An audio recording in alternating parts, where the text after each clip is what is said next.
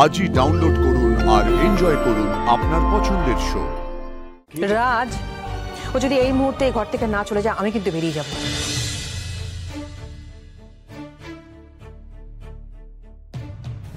মা,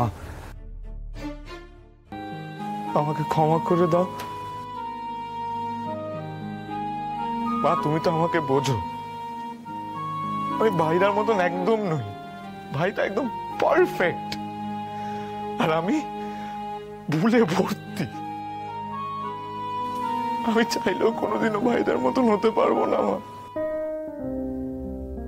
মা, মা আমাকে ক্ষমা করে দাও মা, প্লিজ মা।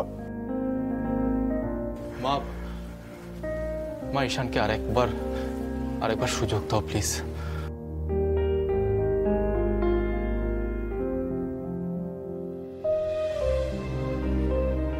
ইন্দ্রাণী, ছেলে নিজের ভুল বুঝতে পেরে ক্ষমা চাইছে, তো তুমি ওকে ক্ষমা করবে না?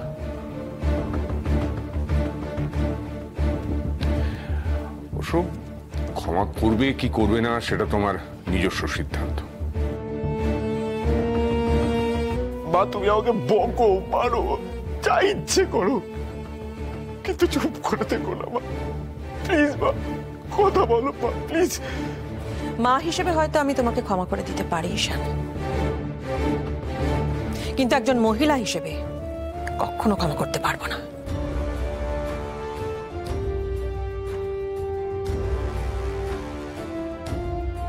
কালকে দেবলীনার নামে যে নোংরা মিথ্যে অপবাদ তুমি দিয়েছো, সেটা আমি মহিলা হিসেবে ক্ষমা করতে পারি না তোমাকে। তুমি ক্ষমার অযোগ্য অপরাধ করেছো।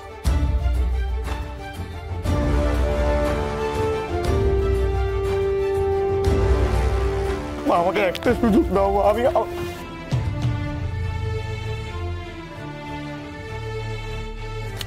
কালকের ইভেন্টের সমস্ত ব্যবস্থাপনা পাকা না আয়ুষ? হ্যাঁ মা।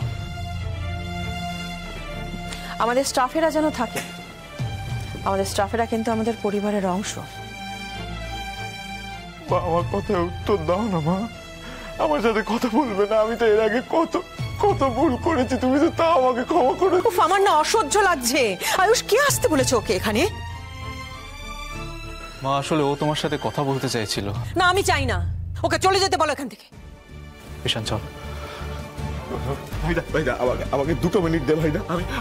আমার সাথে কথা বললে আমি চলে যাবো, প্রমিস ভাইদা, আমাকে 2 মিনিট দে। আমি তোমার কোনো কথা অমান্য করবো না মা। আমি দেবলীনাকে বিয়ে করতে রাজি, তুমি শুধু আমার সাথে কথা বলো মা, প্লিজ আমার সাথে কথা বলো।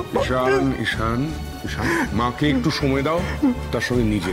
বাবা, মা যে আমার সাথে কথা বলছে না, বাবা মাকে বলো না আমার সাথে একটু কথা বলতে। একটু শান্ত হও বাবা, একটু শান্ত হও।